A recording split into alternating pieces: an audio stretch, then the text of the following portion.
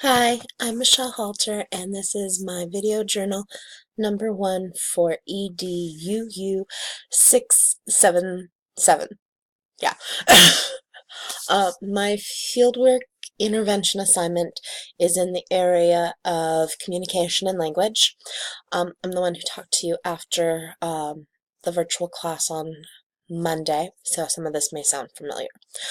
The young boy that I work with for respite is 5 and a half. He's in kindergarten. He's been in special education in the preschool early intervention program prior to when I started working with him for respite, which was last March. He uses some signs to communicate, and his IEP team recently approved him using a speech-generating device. Some of the words he says are unintelligible to a novel listener like new kids. The ACC device that his school approved remains at school for the time being, and even if it did come home, it wouldn't be something that he would use while we were at the park and he's in the middle of the playground trying to interact with another student. When we go to the park and he wants something from another individual, a child or an adult, he'll just reach out to the kid for the ball or the object and take it from him. And it works effectively for him with adults, older girls that are older than him, and preteen boys. I think it's because he's so cute, and you're just like, oh, okay, and people give in.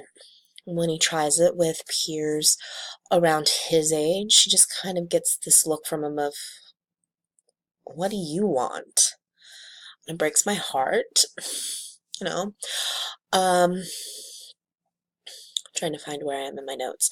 I was trying to use a social narrative with him to get him to say please when requesting something from another person, because he does know the sign that sounds really close to how it actually sounds when he says it. He doesn't quite have the L. It's more peas.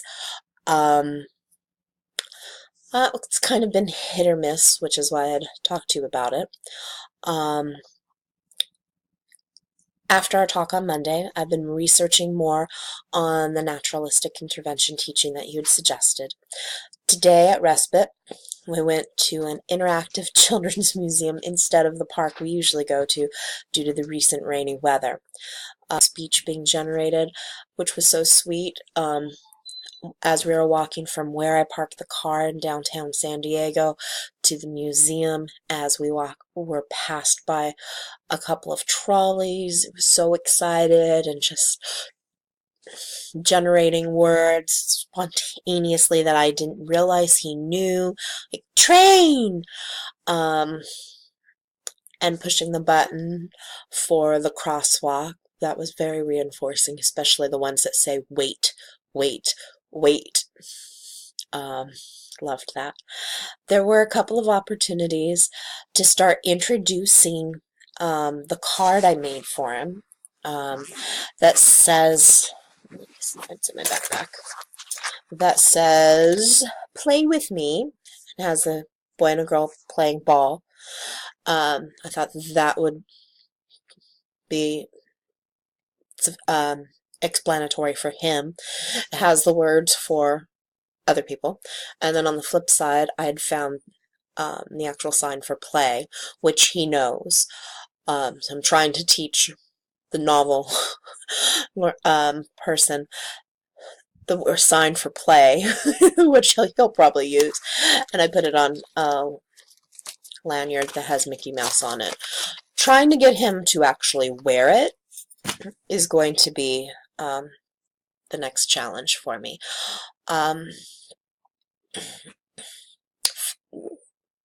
Yeah, that was my fidelity part. Getting him to keep the card on him or in his pocket. I want him to be able to use the card, the strategy with kids without me hovering nearby. He doesn't want me to hover too close. He's very independent. When we're at the park, at the rec center, he'll often tell me to go and sit. He'll sign like that and point where he wants me to go. I'm like, fine. But I'm watching you. Um, being consistent with the card when he is with me. I do know that there are other people who take him to the same places on different days of the week, so that there won't be the fidelity there, but at least with me, that's why I laminated it and put it on the lanyard, and it's in my backpack, which is always with me, so that I can carry the car keys and his stuff with me as we run around all over. So that's where I am with my fieldwork intervention. I got probably 3 different data points today. The first one wasn't so great. The last one I thought went much better because he kind of understood why I kept handing him this card. It made more sense after a while of, oh, I hand this to someone and they'll interact with me and I get what I want. As opposed to the 2-year-old, he tried to hand it to this little sandbox thing, and the kid just looked at him like, what? It broke my heart, but he rolled with the punches, and we just kept on going. So thanks. I'll keep you posted as to how this is going.